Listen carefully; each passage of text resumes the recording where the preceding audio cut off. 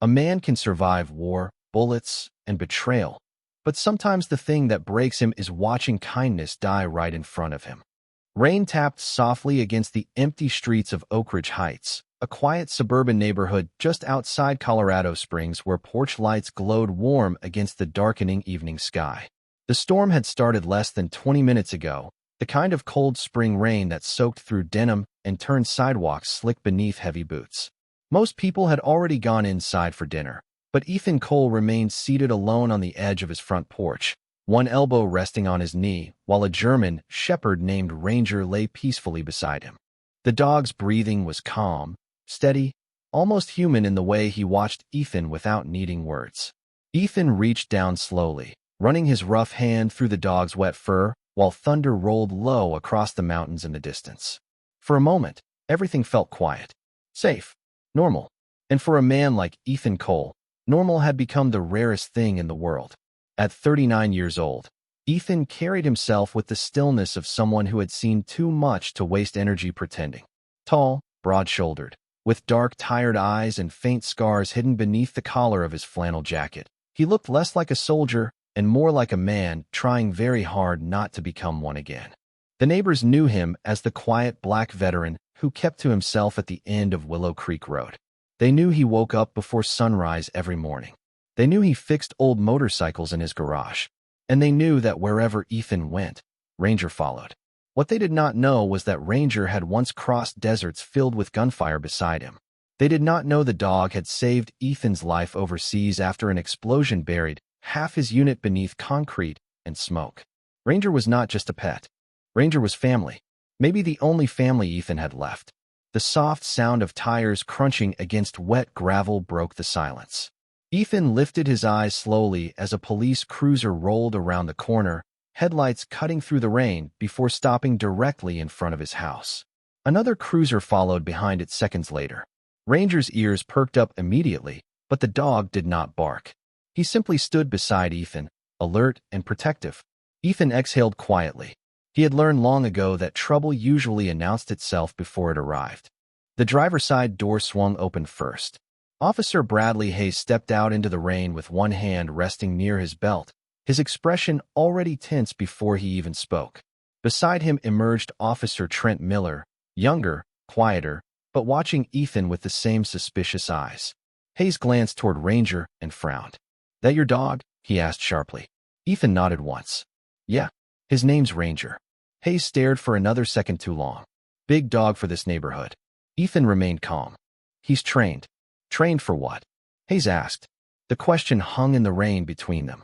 Ethan slowly stood from the porch, towering now beneath the dim yellow porch light. Ranger stayed pressed close against his leg without moving an inch. "He's retired," Ethan answered quietly. Officer Hayes gave a dry laugh. "Retired? Dogs don't retire." Ethan's face never changed. "Some do." Something about Ethan's composure seemed to irritate Hayes more than anger ever could. The officer stepped closer toward the gate, rain dripping from the edge of his cap. "We got a call about a suspicious individual matching your description walking around this block earlier." Ethan blinked once. "I live here." Hayes glanced around the property slowly, then back at Ethan. "You got ID?" Imagine standing there in the rain outside your own home while someone looked at you like you didn't belong there. Imagine surviving years overseas defending a country only to be questioned in your own neighborhood because of the color of your skin and the silence in your eyes. Ethan could feel Ranger tense slightly beside him, sensing the shift in the air before anyone else did. The storm overhead cracked louder now, and somewhere deep beneath Ethan Cole's calm expression, something old and dangerous had just started waking up. The rain grew heavier, bouncing off the pavement in silver streaks as Ethan slowly reached into the pocket of his flannel jacket. Ranger stayed perfectly still beside him, muscles tight but disciplined, his dark eyes locked on Officer Hayes with quiet focus. Ethan pulled out his wallet carefully and handed over his Colorado driver's license without saying another word. Hayes barely glanced at it before smirking. "Ethan Cole," he read aloud.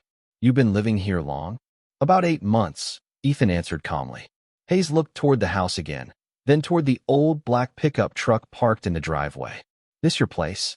Ethan nodded once. "Bought it last winter." The officer's jaw tightened slightly, as if the answer itself irritated him. Funny, Hayes muttered. Neighbors said they did not recognize you. Ethan could feel the old familiar pressure building in the air. It was the same pressure he had felt years ago walking into rooms where people already decided who he was before he spoke a single word. But Ethan had spent most of his life mastering control. Not just physical control, emotional control. The kind that keeps a man alive when fear and anger start clouding judgment. He folded his arms slowly against the cold rain. I keep to myself, he said quietly. Ranger shifted slightly beside him, pressing against Ethan's leg. Hayes pointed immediately. Call your dog back. Ethan looked down briefly. He is staying next to me. I said call him back. The sharpness in Hayes's voice echoed down the empty street. Porch curtains moved in nearby homes. People were watching now.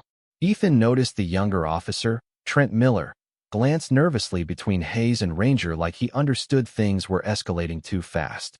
Ethan lowered his hand calmly onto Ranger's back. He is not aggressive, Ethan said. He was military trained. The moment those words left his mouth, something changed in Hayes's expression. Not respect, not curiosity, suspicion. Military trained. Hayes repeated.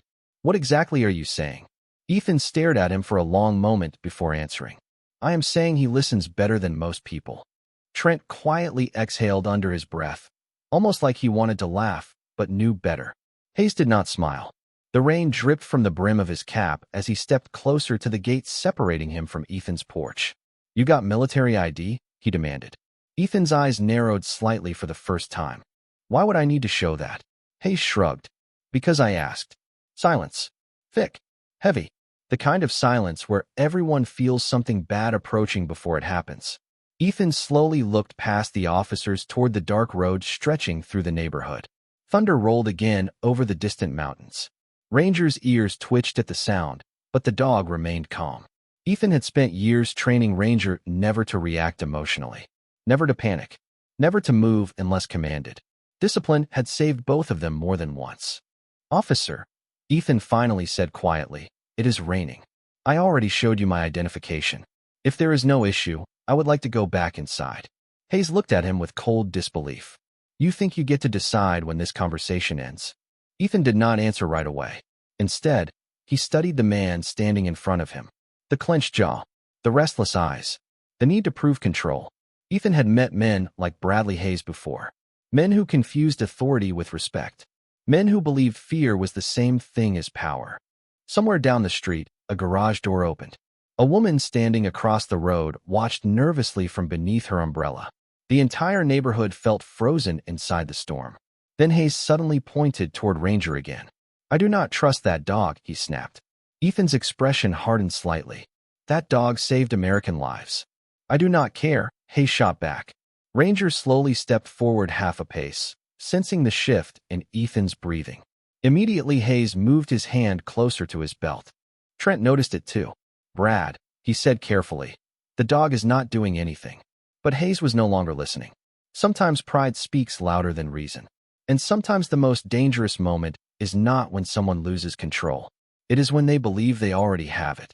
Rainwater streamed down Ethan Cole's face as he stood motionless beneath the porch light, one hand resting firmly against Ranger's back, while the tension in the street thickened by the second. The storm above them seemed alive now, thunder rolling across the Colorado sky like distant artillery. Officer Hayes kept his hand near his belt, eyes locked on the German shepherd as though he was searching for an excuse instead of a threat. Ethan recognized that look immediately. He had seen it before in war zones overseas. Men who arrived already convinced danger stood in front of them usually created the danger themselves. Across the street, more curtains shifted. A teenage boy stepped onto his porch with a phone raised halfway before his mother quietly pulled him back inside. Nobody wanted to interfere. Nobody ever wanted to interfere once fear entered the room. Ranger remained perfectly still beside Ethan despite the cold rain soaking through his fur. The dog's discipline was almost unnatural. His breathing stayed slow, controlled, focused only on Ethan's voice and movements. Hayes noticed it too, but instead of calming him, it seemed to make him even more unsettled. That dog is staring at me, Hayes snapped. Ethan's voice stayed low and steady. He is observing you. Same difference. No, Ethan answered quietly. It is not. Officer Trent Miller shifted awkwardly behind Hayes, clearly uncomfortable now. Brad, maybe we should wrap this up, he muttered. Guy already showed ID. Hayes ignored him completely. The older officer took another step toward the gate, boots splashing through puddles. I asked for military identification. Ethan slowly shook his head once. I do not carry it anymore. Hayes narrowed his eyes. Convenient. Ethan could feel Ranger tense slightly beside him again, sensing the aggression building in the officer's posture. He lowered his hand gently against the dog's neck. Easy, he whispered softly. Instantly, Ranger relaxed. That small moment should have ended everything. A trained dog obeying a calm command. A homeowner standing peacefully on his own property. But some people are not searching for peace. They are searching for permission. Hayes suddenly pointed toward Ethan's chest. You know what your problem is? He asked sharply. Ethan said nothing. You walk around acting like you are above everybody else. Ethan stared at him quietly for a long moment before speaking. No, officer. I walk around hoping people leave me alone. For a split second, silence swallowed the entire street. The rain, the thunder, the distant sound of tires somewhere down the road. Everything faded beneath the weight of those words. Because deep down, everyone standing there understood something painful. Ethan was not looking for conflict. Conflict had found him anyway. Hayes scoffed under his breath. You veterans always think the rules do not apply to you. Ethan's eyes hardened slightly. I spent 14 years following rules most people could not survive. Hayes took another step forward. Then you should know how to control your animal. Ranger shifted closer against Ethan's leg as Hayes raised his voice again. Back him up. Now. Ethan looked down briefly at the dog beside him. Memories flashed across his mind without warning. Sandstorms. Helicopter blades. Smoke rolling through shattered buildings overseas. Ranger pulling wounded soldiers to safety while bullets cracked through darkness. The dog beside him was not dangerous. He was loyal. There was a difference many people never learned. Ethan slowly raised one hand toward Ranger. Sit. Immediately, the German shepherd lowered himself calmly onto the wet porch beside him.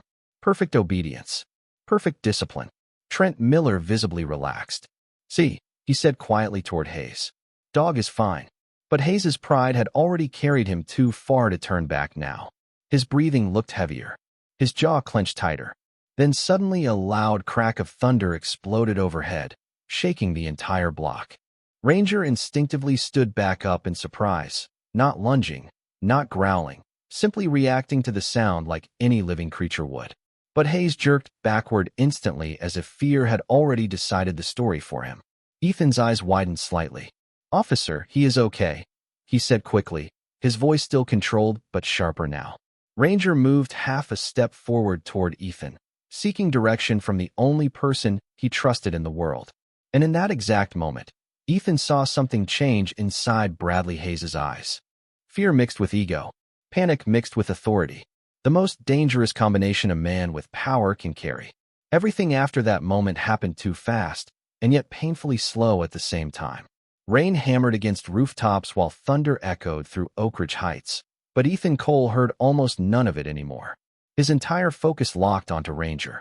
The dog stood beside him, alert but obedient, waiting for direction exactly the way he had been trained to do years ago, in places most Americans would never see. Ethan lifted one hand slowly. Ranger, stay. The German shepherd immediately froze beside the porch steps, eyes fixed only on Ethan. Calm, disciplined, loyal. But fear does not always listen to reason.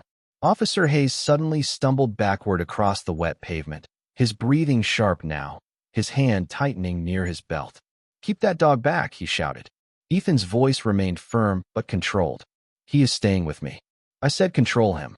Hayes barked louder. Officer Trent Miller raised both hands immediately. Brad, stop, he warned. The dog is literally listening. But Hayes was no longer hearing anyone.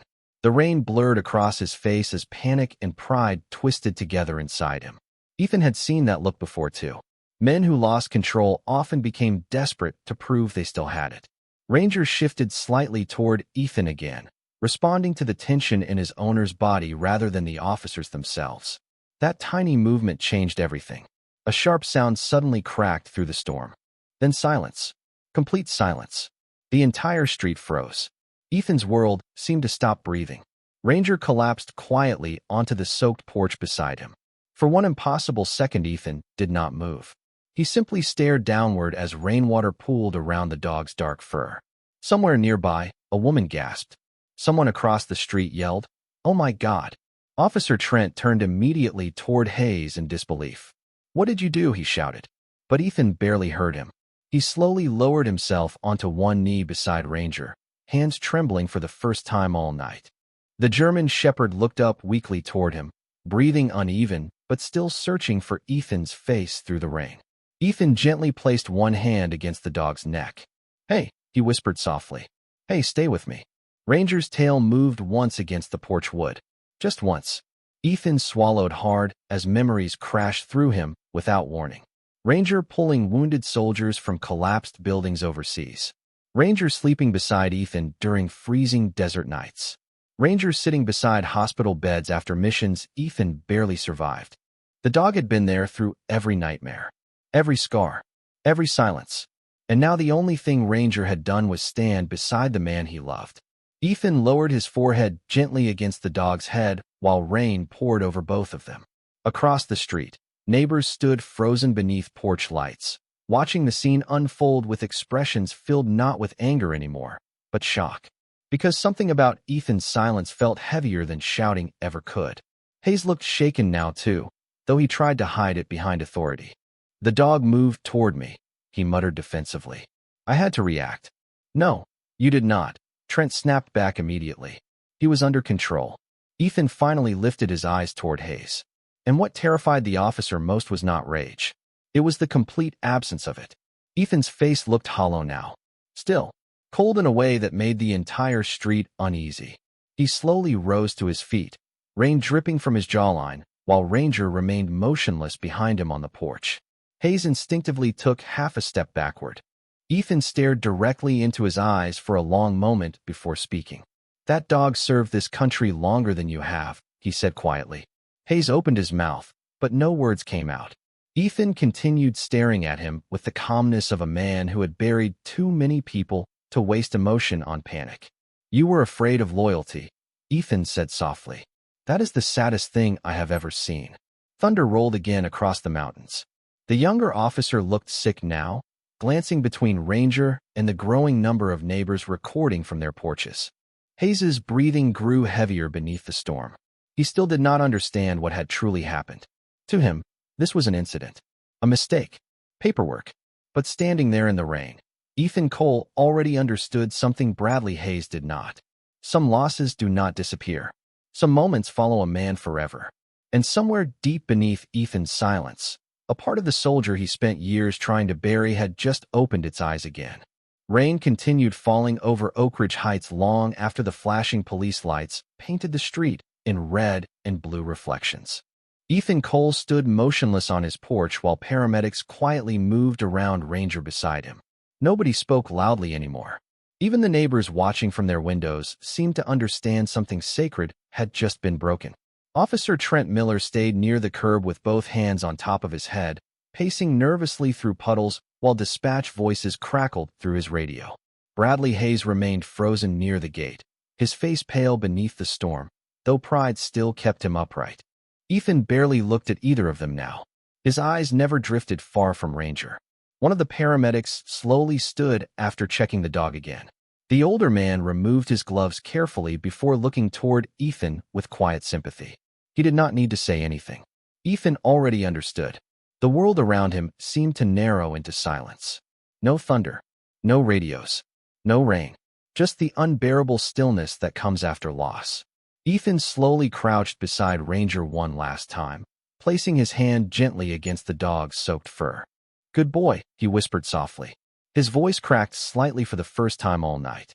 "You did your job." The German shepherd had followed him through deserts, explosions, darkness, and fear without ever once failing him. And now, after surviving places designed to destroy men, Ranger's final moments happened on a quiet American street beneath neighborhood porch lights. Imagine giving everything to your country only to come home and lose the one creature who never judged you. Imagine carrying years of silence inside your chest because speaking never seemed to change anything. Ethan closed his eyes briefly. Then slowly, carefully, He removed a weathered military tag from around Ranger's collar. The small metal plate rested cold in his hand as rainwater rolled across his knuckles. On the tag were only 3 words. Ranger. Delta Unit. Trent Miller noticed it first. His expression changed immediately. Delta, he repeated quietly. Ethan rose slowly to his feet without answering. Hayes frowned from near the gate. What is that supposed to mean? Ethan finally looked at him again. There was no anger in his eyes. That was what unsettled everyone most. It means, Ethan said quietly, you just killed a decorated military working dog assigned to Joint Special Operations. The entire street fell silent again. Even the rain suddenly felt quieter somehow. Hayes gave a nervous scoff. You are trying to scare me now? Ethan shook his head slowly. No, officer. He looked down at the tag in his hand before continuing. I stopped trying to scare people a long time ago. Trent swallowed hard. Something inside him was beginning to connect now. The discipline, the posture, the way Ethan observed everything without reacting emotionally. The military-trained dog, the controlled breathing. This was not some angry civilian pretending to be dangerous. This was someone who had spent years becoming dangerous and even longer learning how not to use it. Hayes crossed his arms defensively. I do not care what branch you were in. The dog approached me. Ethan stared at him for several seconds before speaking again. You know what the hardest part about combat is? Hayes did not answer. It is not fear, Ethan continued quietly. Fear keeps people alive. The hardest part is deciding who deserves mercy when you have every reason not to give it. A cold breeze swept through the neighborhood, rattling tree branches overhead. Somewhere nearby, a child cried softly from inside one of the homes. Ethan slipped Ranger's tag into his pocket carefully, like it was something sacred. Then, for the first time all night, he reached into his jacket and pulled out his phone. Hayes immediately straightened. Who are you calling? Ethan looked directly into his eyes as rain dripped from his brow. Someone who needs to know what happened here. Hayes scoffed again, but there was uncertainty behind it now. Ethan calmly unlocked the phone and dialed a number from memory. No hesitation. No searching. Just muscle memory built from years of classified operations and emergency protocols. The line rang once, then twice. Finally, a woman answered with a sharp, controlled voice. Colonel Shaw speaking. Ethan's expression never changed. Ma'am, he said quietly. This is Commander Ethan Cole. The moment those words left his mouth, Officer Trent Miller felt the air leave his lungs. Because suddenly the man standing in front of them no longer looked like a quiet veteran living alone at the edge of town. He looked exactly what he truly was. A soldier the government once trusted with its darkest missions. And Bradley Hayes still had absolutely no idea who he had just crossed. The rain finally began to weaken, but the heaviness hanging over Willow Creek Road only grew stronger. Red and blue lights flashed across soaked pavement while more patrol cars slowly arrived at the scene, their tires hissing against wet asphalt. Officers stepped out speaking in lowered voices, but the moment they looked toward Ethan Cole, their expressions changed. Some saw the military posture immediately. Others noticed the silence around him. The kind of silence that demanded respect without asking for it. Ethan remained standing on the porch near Ranger's body, phone still pressed calmly against his ear while cold rainwater dripped from the edge of his jacket.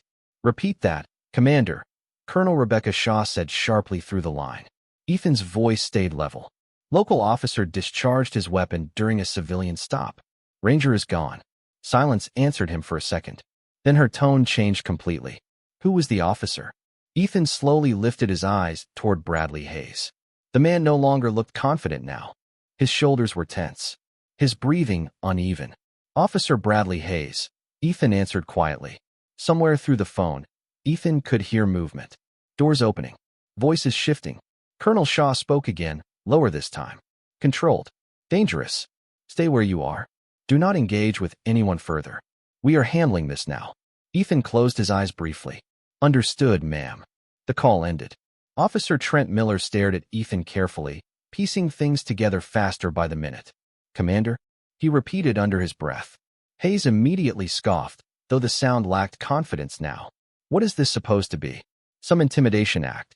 Ethan slipped the phone back into his pocket slowly. No, Hayes folded his arms tightly. Then what exactly did you do overseas?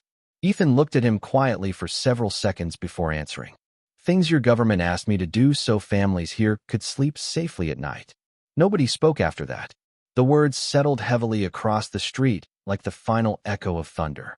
A senior patrol supervisor finally arrived moments later, stepping out of a black SUV while adjusting his rain jacket.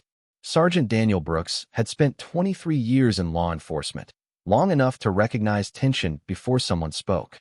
The moment he approached the porch, his eyes moved from Ranger to Ethan to Officer Hayes. Then his expression darkened. "What happened here?" he asked sharply. Hayes immediately stepped forward. "The dog charged me," he said quickly. "I followed procedure." Trent looked down at the pavement. Sergeant Brooks noticed immediately. "Officer Miller?" Trent hesitated. Ethan said nothing. He simply watched. Finally, Trent swallowed hard. "The dog was controlled, sir." Hayes turned instantly. "That is not what happened." "Yes, it is," Trent answered quietly, though his voice shook slightly. "He gave the dog commands the entire time." Sergeant Brooks stared at both officers before looking back toward Ethan. "Sir," he said carefully, "were you military?" Ethan nodded once. "Retired Army." Brooks looked toward Ranger again, then toward the military tag partially visible in Ethan's hand. "Delta?" Ethan did not answer immediately. The older sergeant's face changed before Ethan even spoke. Recognition, not of a celebrity or a famous man. Something heavier than that. Respect mixed with concern. "My nephew served overseas," Brooks said quietly. "He told me stories about Delta operators." Ethan's eyes remained still. Most of those stories should stay buried. Brooks nodded slowly like he understood exactly what that meant. Hayes looked increasingly frustrated now, caught between confusion and pride. Why is everybody acting like this guy is some kind of hero? The question echoed awkwardly across the street. Nobody answered him immediately, because the truth was uncomfortable. Ethan did not look like a hero from movies or television. He looked exhausted, quiet, like a man carrying years he could never explain. And somehow that made everything feel more real. Sergeant Brooks slowly removed his cap, rain dripping from the brim. "Officer Hayes," he said carefully, "did you verify the situation before escalating?" Hayes shifted defensively. "I felt threatened." Brooks's jaw tightened. "By a trained service animal sitting beside its owner?" Hayes opened his mouth, but stopped himself. Across the neighborhood, more phones continued recording from windows and porches. Ethan noticed all of it without reacting. He noticed everything. That was what years in special operations taught you. Watch the exits. Watch the hands. Watch the fear. Then suddenly headlights appeared at the far end of the street. Not police vehicles this time. Black SUVs. Dark windows. Government plates. They moved slowly through the rain before stopping one by one beside the patrol cars. The moment Sergeant Brooks saw them, the color drained slightly from his face. Because deep down, every experienced officer knows there are certain people you never want arriving at a scene unless something has gone very, very wrong. And as suited federal agents began stepping out into the rain, Bradley Hayes finally started realizing this night was becoming far bigger than he ever imagined. The black SUVs idled silently beneath the fading rain, while every officer on Willow Creek Road watched the new arrivals with growing unease. Their headlights reflected off puddles like pale fire across the street, cutting through the flashing police lights that suddenly felt much smaller now. One by one, suited federal agents stepped out into the cold night air with the calm efficiency of people used to high-pressure scenes. No panic, no confusion, just purpose. Sergeant Daniel Brooks immediately straightened his posture the moment he saw the insignias clipped beneath their jackets. Officer Trent Miller quietly stepped backward toward his patrol car, his face pale with realization. But Bradley Hayes still looked trapped somewhere between arrogance and uncertainty. He had spent years believing authority protected him from consequences. Tonight, for the first time, that belief was beginning to crack. The rear passenger door of the lead SUV opened slowly. A tall woman stepped out wearing a dark overcoat over military dress attire, silver streaks visible in her tightly pulled hair despite the darkness. Colonel Rebecca Shaw carried herself with the sharp stillness of someone who had commanded rooms full of armed men without ever needing to raise her voice. The moment Ethan Cole saw her, he stood straighter automatically. Not out of fear, out of respect earned through years of survival. Shaw walked directly toward the porch without acknowledging anyone else first. Her eyes moved briefly toward Ranger lying beneath a thermal blanket near the steps. For the first time since arriving, something human flickered across her controlled expression. Sadness. Real sadness. She stopped in front of Ethan. "Commander Cole," she said quietly. Ethan nodded once. "Ma'am." For a moment, neither of them spoke. They did not need to. Some people understand loss without explanation because they have buried too many things themselves. Finally, Shaw looked down briefly before asking, "Was it quick?" Ethan swallowed once. "Yeah." She nodded slowly. "Good." Bradley Hayes stared at the interaction in confusion. "Who exactly is this guy?" he demanded. Nobody answered immediately. One of the federal agents moved towards Sergeant Brooks, while another quietly began speaking to dispatch personnel near the patrol vehicles. The entire scene had shifted now. Local police no longer controlled what was happening. Colonel Shaw finally turned toward Hayes. The rain had almost stopped completely, leaving only the sound of distant thunder rolling through the mountains. "Officer Bradley Hayes?" she asked calmly. Hayes straightened defensively. "Yeah." Shaw studied him carefully. "Do you understand what Ranger was?" Hayes frowned. "A dog." The silence that followed those words felt suffocating. Ethan lowered his eyes briefly. Trent Miller looked physically uncomfortable now. Even Sergeant Brooks winced slightly. Colonel Shaw's expression hardened. "No," she said quietly. "Ranger was a decorated military asset attached to one of the highest classified operational units this country possesses." Hayes opened his mouth, but Shaw continued before he could speak. "That animal completed more overseas deployments than most soldiers ever will. Ranger located missing personnel, detected explosives, and saved American lives during combat operations your department is not even cleared to know about." Hayes blinked rapidly, his confidence draining by the second. "I did not know," he muttered. Shaw stepped closer. "Exactly." The word landed harder than shouting ever could. "Imagine dedicating your entire life to service only for someone to reduce your loyalty, your sacrifice, your pain into fear because of what they see on the outside. Imagine surviving war only to return home and discover ignorance can still destroy what enemy soldiers could not." Colonel Shaw slowly turned back toward Ethan. "You should not have had to make this call tonight," she said quietly. Ethan's eyes remained fixed ahead. "I know." One of the federal agents approached holding a tablet. "Ma'am, body cam footage has been secured." Shaw nodded once. "Good." Hayes immediately spoke up. "The dog moved toward me." The agent glanced at the footage already loading onto the screen. Then his expression changed. He looked toward Hayes carefully. "Sir," he said slowly, "the animal was sitting beside its owner when the incident occurred." Hayes froze. Trent Miller lowered his head. The truth was no longer hiding behind paperwork or fear. It was sitting there in digital clarity for everyone to see. Colonel Shaw's voice became colder now. "Commander Cole spent 14 years serving this nation in silence. He buried friends whose names will never appear in history books. He gave this country everything it asked from him." She looked directly into Hayes's eyes. "And tonight, standing on his own porch, all he asked for was dignity." Hayes tried to speak again, but no words came out. Because somewhere deep down, he finally understood something terrifying. This was never just about a dog. It was about what happens when prejudice collides with truth. And truth had just arrived wearing government credentials. The storm finally drifted beyond the mountains sometime after midnight, leaving Oak Ridge Heights soaked beneath cold streetlights and uneasy silence. But nobody on Willow Creek Road went back inside. Curtains remained open. Porch lights stayed on. People stood quietly watching as federal agents moved through the neighborhood with calm precision, collecting statements, securing footage, and speaking in low voices that carried more authority than the flashing patrol cars ever had. Ethan Cole remained near the porch steps beside Ranger, shoulders heavy beneath his dark jacket, while Colonel Rebecca Shaw stood nearby, reviewing information on a tablet handed to her by another agent. The atmosphere no longer felt like a normal police scene.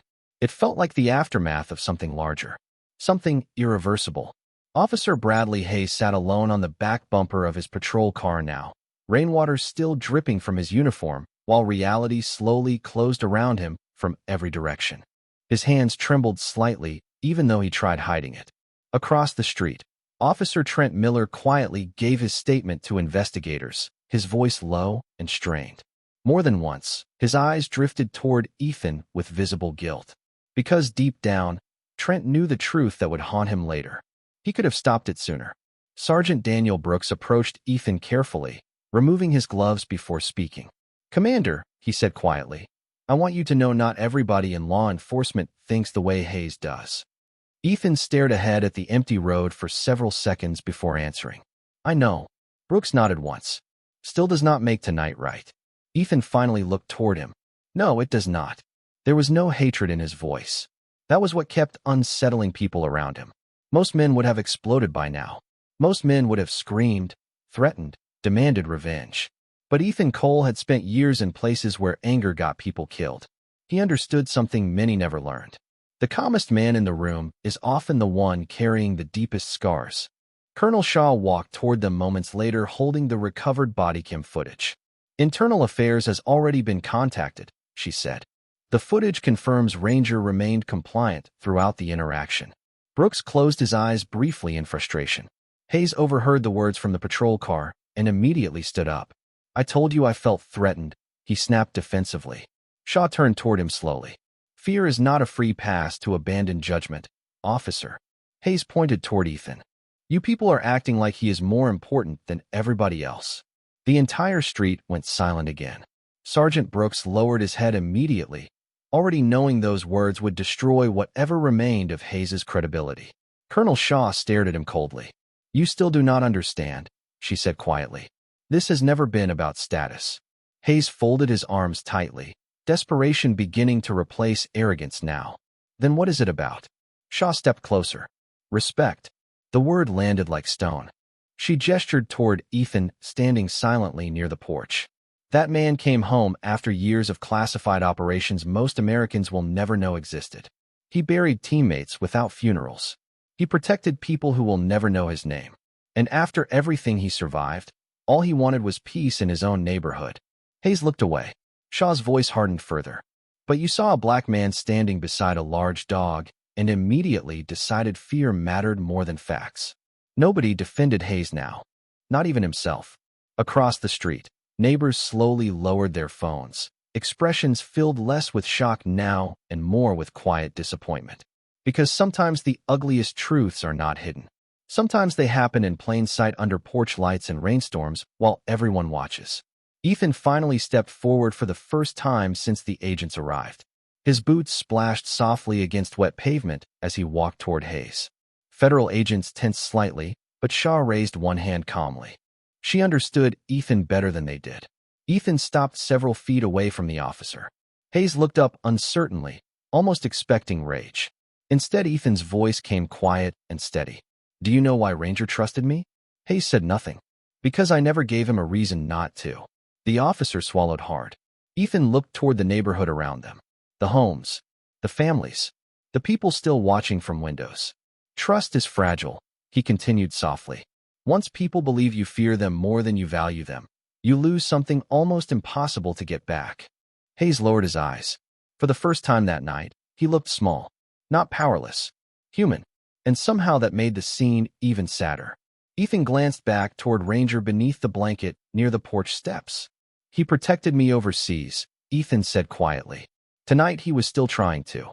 The cold wind moved gently through the street as silence settled over everyone again. Because deep down, every person standing there understood the same painful truth. Ranger had died loyal. The question now was whether the people wearing badges could say the same thing about themselves. 3 days later, the rain was gone from Oak Ridge Heights, but the silence it left behind still lingered over Willow Creek Road like a memory nobody could shake. News vans now lined the entrance of the neighborhood from sunrise to sunset. Reporters stood beneath bright cameras discussing leaked body cam footage, military involvement, and growing public outrage over the incident that had spread across the country overnight. The video had changed everything. Millions of people watched the same heartbreaking scene unfold frame by frame. A calm black veteran standing peacefully on his own porch. A disciplined military dog sitting obediently beside him. A fearful decision made too quickly, and then the unbearable stillness afterward. People argued online about policing, race, fear, and accountability, but inside the small neighborhood where it happened, the conversations felt quieter, more personal, because they had seen Ethan Cole's face when he knelt beside Ranger. And once you witness grief that real, it stays with you. Officer Bradley Hayes had been placed on immediate administrative leave pending federal and internal investigations. His department released statements promising transparency, but public trust had already cracked wide open. Old complaints against Hayes resurfaced within hours. Prior incidents, excessive force allegations, civilian reports that had quietly disappeared years earlier. Suddenly people were asking questions that should have been asked a long time ago. Sergeant Daniel Brooks had not slept much since that night. Neither had Trent Miller. The younger officer replayed the footage repeatedly in his mind, haunted less by what happened than by the moment he realized he should have stepped in sooner. Some guilt does not scream. It whispers at night when the world finally goes quiet. Meanwhile, Ethan stayed inside his small house at the edge of the block, avoiding cameras and refusing interviews despite repeated requests from major networks. That surprised people. Most expected outrage, press conferences, public accusations. But Ethan had spent most of his adult life avoiding attention, not chasing it. Colonel Rebecca Shaw visited him privately the morning after the footage leaked nationwide. She found him sitting alone in the garage beside an old motorcycle frame, Ranger's military collar resting carefully on the workbench nearby. "The Pentagon wants to honor him publicly," Shaw said quietly. Ethan stared at the collar for several seconds before answering. "Ranger never cared about medals." Shaw nodded slowly. "No, but people care about symbols." Ethan finally looked up at her. "Then maybe they should learn to care about people first." Those words stayed with Shaw long after she left. Because deep down, she understood Ethan was right. Too often the world waited until tragedy before recognizing dignity that should have been obvious from the start. Later that evening, as the sun dipped behind the Colorado mountains in streaks of gold and fading blue, Ethan walked alone toward the large oak tree behind his property, carrying a small wooden box beneath one arm. A few neighbors watched quietly from a respectful distance, but nobody interrupted him. They had learned something important over the last few days. Silence can also be respect. Ethan stopped beneath the tree where Ranger used to rest during summer mornings while birds moved through the grass around them. Carefully, Ethan knelt and placed the wooden box into the earth beside the roots. Inside rested Ranger's tag, photographs from overseas deployments, and a folded American flag military handlers had delivered earlier that afternoon.